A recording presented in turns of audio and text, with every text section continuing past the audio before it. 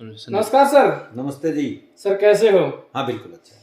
Sir आज बीजेआरडी school में हमने दौरा किया और देखा कि स्कॉलरशिप टेस्ट बच्चों का चल रहा था। जी तो कितने कुछ बच्चे रहे? जी, मैं सबसे पहले तो आपको और आपके चैनल के देखने वाले व्यूअर्स को मेरी तरफ से सादर नमस्कार जी पिछले 10-15 रोज पहले जी हमारी स्कूल की मैनेजिंग कमेटी ने जी ये निर्णय लिया था जी कि भाई हम शिक्षा के क्षेत्र में हमें 22 वर्ष हो गए जी और हम बच्चों को पढ़ाते आ रहे हैं। समाज से हमें अच्छा रिस्पॉन्स मिलता है, तो हमारा कुछ फर्ज जो है वो सामाजिक दायित्व को भी निभाने का बनता है। जी उसी कड़ी में हमने एक प्रतिभा खोज कम स्कॉलरशिप टेस्ट का आयोजन आज 13 मार्च को विद्यालय प्रांगण में किया था, जी जिसमें हजारों की संख्या में जी विद्यार्थी इस परीक्षा में भागीदार बने, जी जो कि दूर दराज के गांवों से जी संबंधित थे। जी और आज का जो स्कॉलरशिप परीक्षा जो रही वो बहुत बेहतरीन और शानदार रही। इसके लिए मेरे विद्यालय प्रांगण में पहुंचने वाले विद्यार्थियों और उनके अभिभावकों का मैं आपके चैनल के माध्यम से आभार प्रकट करता हूँ। सर हमने कुछ बच्चों से बातचीत की थी, तो शिक्षा के क्षेत्र में अपने आप को दिग्गज मानने वाले स्कूलों के बच्चे भी जी आपके स्कूल में बहुत इंटरेस्टेड थे। जी और हमने उनसे जब बातचीत की फर्दर स्टडी कंटिन्यू रखने की, तो उन्होंने कहा कि हम बीजेआरडी ही चुनेंगे। जी तो क्या कहेंगे इस बारे में? इस बारे में मैं यही कहना चाहूँगा कि शिक्षण संस्थाएं जो अपने आप में दिग्गज बोलें या अपने आप को कम आंकें, मैं उस चीज़ के पक्ष में और विपक्ष में दोनों में नहीं हूँ। मेरा सबसे बड़ा जो काम है वो ये है कि मेहनत करके जी और नीचे से नीचे सत्र के विद्यार्थी जी को उठा करके और उसके जीवन को के ऐसा मतलब मुकाम तक उसको पहुंचाया जाए कि वो बच्चा एक कामयाब एक युवा बने, युवती बने, जो कि समाज और देश को कुछ दे। इसी कड़ी में हमने पिछले 22 वर्षों से, जिस मैंने जिक्र किया कि स्कूल की फाउंडेशन 22 वर्ष पहले हुई थी, हमने समाज को हजारों की संख्या में सफल छात्र छात्राएं दिए हैं। और हमारी सबसे बड़ी बात ये, जो बच्चे एक मोटी फीस स्कूलों को पे कर रहे हैं, उसके बाद भी उन बच्चों को पर्सनल केयर नहीं मिलती, उनको उतना एक शिक्षक या मोटिवेटर या स्कूल संचालक या चेयरमैन मैनेजिंग डायरेक्टर के उनको कई दिनों दानों में किसी फंक्शन में उनके दर्शन उनको होते हैं, वरना दर्शन दुर्लभ रहते हैं। हमारे पास एक सीमित संख्या में विद्यार्थी जो हैं, जितने हमारे पास संसाधन है वो शिक्षा ग्रहण कर रहे हैं। हम हर बच्चे को पर्सनलाइज रूप से मतलब उसको ग्रोथ करने की कोशिश करते हैं और उसी हमारे उसको माना जाए कि भविष्य में हमारी प्लानिंग को और हमारी इन अच्छे गुणों को देख करके ही लोग हमारी ओर आकर्षित हो रहे हैं। अभी बातचीत कर लेते हैं। स्कॉलरशिप टेस्ट आयोजित किया गया, तो स्कॉलरशिप की जो प्राइज है वो बच्चों के लिए क्या रखा गया है? हाँ, स्कॉलरशिप में हमने दो चीजें साथ साथ लेकर के चली। नंबर एक, प्रतिभाशाली बच्चे जो समाज के अंदर हैं, चाहे भले वो किसी भी शिक्षण संस्थाओं में अध्ययन कर रहे हों, उनको पहले तो हमारे विद्यालय में अगर वो प्रवेश लेते हैं सत्र 2022-23 में, तो उनको 10% से लेकर के 100% तक की उनको मासिक जो फीस या ट्यूशन फीस है उसको छूट मिलेगी। और वो एक बार एडमिशन पे शुरू हुई, फिर 12वीं कक्षा तक अगर वो विद्यार्थी हमारे स्कूल में पढ़ता है, वो छूट उसके ऊपर लागू रहेगी। दूसरा, हमने इसमें कैश प्राइज का प्रावधान रखा है। प्रत्येक कक्षा से टॉप 10 जो विद्यार्थी होंगे उनको कैश प्राइज देकर के सम्मानित करें। कितना कैश प्राइज दिया जाएगा? कैश प्राइज का हमने 3 क्राइटेरिया रखे थे। पहला कैश प्राइज का क्राइटेरिया हमने रखा, फर्स्ट जो स्टूडेंट रहेगा उसको 11,000 रुपये का रहेगा जी। सेकंड विद्यार्थी जो रहेगा स्टेप पे उसको 5100 रुपये रहेगा जी। तीसरा जो विद्यार्थी रहेगा उसको प्राइस जो रहेगी वो 3100 रुपये की रहेगी जी। आमतौर पर अगर देखा जाए तो बहुत से शिक्षण संस्थान हैं और सभी के स्कॉलरशिप टेस्ट अभी चल रहे हैं, और हाल ही में आपने भी स्कॉलरशिप टेस्ट आयोजित किया है जी। तो इसको लेकर के जो अपकमिंग जो सेशन है 2023 2022, तो जो टीचर्स हैं या जो छात्र हैं उनसे आप क्या अपील करना चाहेंगे? अपनी ओर से एक संस्था के डायरेक्टर होने के नाते क्या मैसेज आप देना चाहेंगे? मैं सत्र 2022-23 का जो हमारा नव सत्र अभी प्रारंभ होने वाला, आने वाले 15 दिन के बाद, इस सत्र में मेरा तो सबसे एक करबद्ध निवेदन है अभिभावकों से और छात्रों से भी कि वो बीजेआरडी स्कूल में अपना दाखिला लें और हम उनके सुनिश्चित जो उन्नति की और जो अग्रसर होने का जो वादा जो है हम उसको पूरा करेंगे। और पीछे कोविड के कारण जो पिछले 3 साल में बच्चों का जो नुकसान हुआ उसको भले ही हम क्लासेस एक्स्ट्रा क्लासेस लगा करके हम शाम को से भले 2 घंटे या 3 घंटे के लिए हम उन कमी को पूरा करने की भरपूर कोशिश करें। महेंद्रगढ़ में अगर देखा जाए तो एक से बढ़कर एक एजुकेशनल इंस्टीट्यूट है, तो बच्चे सिर्फ बीजेआरडी को ही क्यों चुने? हाँ, बीजेआरडी को इसलिए चुने कि जो एक से एक जो है वो सारे के सारे ऑटो मोड पे चलने वाले स्कूल बना दिया गया। उसके बाद ब्रांचेज का दौर चलने लग गया। वो हम ये कहें, मैं स्कूल संचालक बाद में हूँ, एक शिक्षक पहले हूँ। हम अपनी जो पर्सनल केयर बच्चे को देते हैं और जो वाजिब फीस पे देते हैं कि जिसको आम आदमी भी मतलब वहन कर सके, इसी चीज को लेकर के अभिभावकों को और बच्चों को बीजेआरडी स्कूल को चुनना चाहिए कि कम फीस में एक उत्तम शिक्षा और गुणवत्ता युक्त शिक्षा का जो संस्थान है वो बीजेआरडी।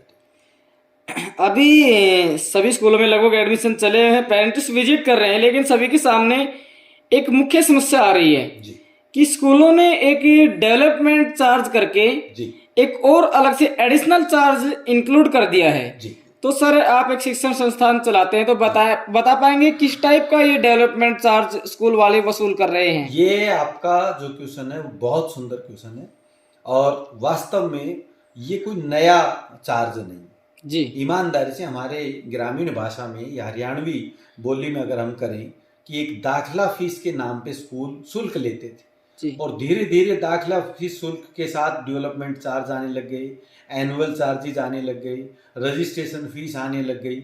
और बल्कि मैं तो कई जब नामी ग्रामी संस्थाओं की जब बात आती है तो वो लोग तो कई हजारों रुपए के रूप में डेवलपमेंट चार्ज लेते हैं। तो क्या ये सही है? मैं मानता हूँ इसमें जो हायर जो प्राइस रखा गया है ये उचित नहीं। हालांकि लेना तो उचित है जी, उसके बिना इसलिए कि कोई संस्था जो है वो केवल शिक्षक की जो तनख्वाह जो है या पगार दे करके वो अपना काम नहीं निपटा सकता। एक विद्यालय के सर्वांगीण विकास के लिए बच्चे के लिए उसको बहुत से संसाधनों की आवश्यकता होती है।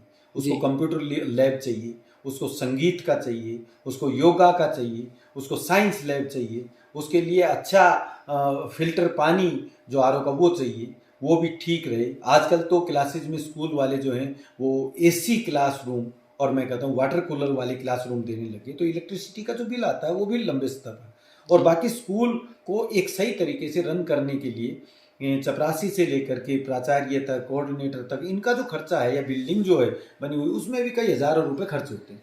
तो उसका एक मिनिमाइज रूप हमने दुनिया की संस्थाओं से अलग हट करके हमने कार्य किया था कि हमारे एनुअल चार्जेज हमने जो रखे, पिछले 2 सत्र में तो हमने एनुअल चार्जेज लिए ही कोविड के कारण जी, आगे भी हमने एक बात के लिए रखा था, पीछे के वर्षों में भी हमने रखा। हमारे एनुअल चार्जेज और ट्यूशन फीस है वो इतनी मिनिमाइज है कि उससे केवल संस्था एक सुचारू रूप से ग्रोथ कर सके और बच्चे को सुविधाएं मिल सके, इतना भर हम लेते। कोविड का दौर रहा, जनता के पास रोजगार के साधन नहीं थे। अगर अभी भी देखा जाए तो असल तरीके में रिकवरी नहीं हो पाई है जी। तो ऐसे में स्कूल जब पहले से रजिस्ट्रेशन चार्ज ले रहे थे जी, उसके साथ साथ ही डेवलपमेंट चार्ज भी लागू कर दिया गया जी। तो क्या आप नहीं इस बात को मानते हैं कि इससे जो गरीब तबका है उस पर अतिरिक्त मार पड़ेगी? हमें कहता हूँ ना, इसके लिए जो हमारा गरीब तबका है या मध्यम दर्जे के अभिभावक हैं, मैं उनको सह हृदय से मेरे विद्यालय में सादर आमंत्रित करता हूँ कि वो आए हमारे पास और हम उनको जो भी ये कहें, जो डेवलपमेंट चार्ज, एनुअल चार्ज या फिर उसमें कोई मोटी फीस की कोई बात आती है, हम मिनिमाइज रूप से रखते हैं और वो भी हम 2, 4, 3 हजार रुपए पर स्टूडेंट। तो हमारे पास आए, हमें एक बार आजमाने की कोशिश करें, उसके बाद हमसे अपना 2 महीने 3 महीने बाद रिजल्ट देखें। ये लेकिन एक ट्रेडिशन सा बन गया है पेरेंट्स का, मुझे जहाँ तक थोड़ा समझ में आता है कि एक थोड़ा सा स्टैंडर्ड मेंटेन करने के चक्कर में भी मोटी फीस खुद ही पे कर रहे हैं। उनको ये लगता है कि जहाँ भी गरीब का बच्चा पढ़ रहा है वहाँ पेरेंट्स अपने बच्चे को पढ़ाना नहीं चाहते, वो खुद ही मोटी फीस देने की इच्छित रहते हैं। सर, एक बड़ा और कड़ा सवाल मैं आपसे करूंगा, शायद आपको बुरा भी लगे। कोई बात नहीं। शुरू में नहीं होते थे प्राइवेट स्कूल, होते थे सिर्फ सरकारी स्कूल और जहां उच्च शिक्षा भी मिलती थी जी। लेकिन अगर आज देखा जाए तो सरकारी स्कूल बदहाल अवस्था में हैं जी और इसके लिए जो रूरल एरिया से लोग हैं वो जिम्मेदार मानते हैं जो प्राइवेट इंस्टीट्यूट्स हैं उनको, जी कि जब से प्राइवेट इंस्टीट्यूट्स आए हैं जो टीचर्स हैं सरकारी स्कूल के अच्छी खासी मोटी पगार ले रहे हैं जो जनता को वहन करनी पड़ती है, जिसका कहीं ना कहीं इफेक्ट हमारी आजीविका पर भी पड़ता है। जी तो क्या आप इस बात को मानते हैं कि सरकारी स्कूलों की कदर प्राइवेट स्कूलों के आने के बाद कम हुई है? जी, ये जो आपने बात प्रश्न किया है, ईमानदारी से मैं अपने अगर स्वयं के विचार आपसे साझा करना चाहूं जी तो प्राइवेट स्कूलों का जो आना है, इससे तो बल्कि शिक्षा का जो सत्र है प्रदेश भर में वो मजबूत हुआ है। आप सोच के देखें, वर्षों पुराने जब हम बात करते थे, दक्षिणी हरियाणा में था क्या? जी ना तो हमारे बच्चे खेल में जाते थे, ना ही हमें कोई राजनीतिक स्पोर्ट मिलती थी। जी कि पहले तो राजनेता जो थे भिवानी से, कुरुक्षेत्र से, रोहतक से, वो ऐसे होते थे कि अपनी चिट बना कर दे देते थे, नौकरी ज्वाइन कर लेते थे। दक्षिणी हरियाणा के साथ तो हमेशा ही सौतेला व्यवहार रहा है। जी या हम गवर्नमेंट स्कूल को अच्छा है बुरा कहने का हमारा मोटिव नहीं है, जी लेकिन हम तो वो है कि जो सरकार के साथ कंधे से कंधा मिला करके जो काम सरकार खुद नहीं कर पा रही, जो लाखों रुपए का बजट सरकारी स्कूल के टीचर्स के लिए आवंटित करती है, अगर मैं कहता हूँ उसका 10वां हिस्सा भी हमें अगर प्रेरित करने के लिए करे तो हम तो स्कूल ही उसको सरकार को दे देंगे कि अपने अंडरटेकिंग में ले ले वो। जी तो उसमें कोई बुरा नहीं। हमारे आने से शिक्षा का जो तंत्र है वो मजबूत हुआ है। दूसरी मैं एक बात आपसे साझा करना चाहूं, सरकार भले ही अपने शैक्षणिक बजट में सरकारी स्कूलों पे चाहिए अरबों रुपए उस पर खर्च करती है। ये प्राइवेट स्कूल ही ऐसी शख्सियत हैं जो दूर दराज के गांव ढाणी और मैं कहता हूं जहां 2-4 घर भी जहां मौजूद हैं, वहां ये लोग कन्वेंसिंग के नाम पे बेचारे वहां तक पहुंचते हैं और अपनी बस सुविधाएं उन बच्चों को देते हैं। और यहाँ तक भी कई बार तो नौबत आती है, कई अभिभावक जो खेती कृषि में संबंधित हैं उनको 6-6 महीने का भी आश्वासन हम दे करके आते हैं कि आप फसल निकलने पर अपनी फीस हमारे यहाँ जमा करवा दें। तो हमारा तो बस केवल आम जन से आपके चैनल के माध्यम से ये प्रश्न मतलब समाज से करना चाहूंगा कि हम प्राइवेट स्कूल निजी स्कूलों के आने से तो शिक्षा जो तंत्र है वो मजबूत हुआ है, कमजोर नहीं हुआ। तो सर अभी आज के अपने साक्षात्कार का सबसे अंतिम और सबसे अहम सवाल रहेगा। जी कोविड का दौर गया, ऐसे में कई परिवार ऐसे भी हुए जो इस महामारी का शिकार हुए। जी तो जिन बच्चों के पेरेंट्स इस महामारी का शिकार हो चुके हैं, जी जो पेरेंट्स लेस हैं, जी उनके लिए बीजेआरडी स्कूल क्या कर सकता है और क्या आप उन बच्चों को शिक्षा दे पाएंगे जिनके पास देने के लिए पैसे नहीं है, या क्या कुछ खास करेंगे आप?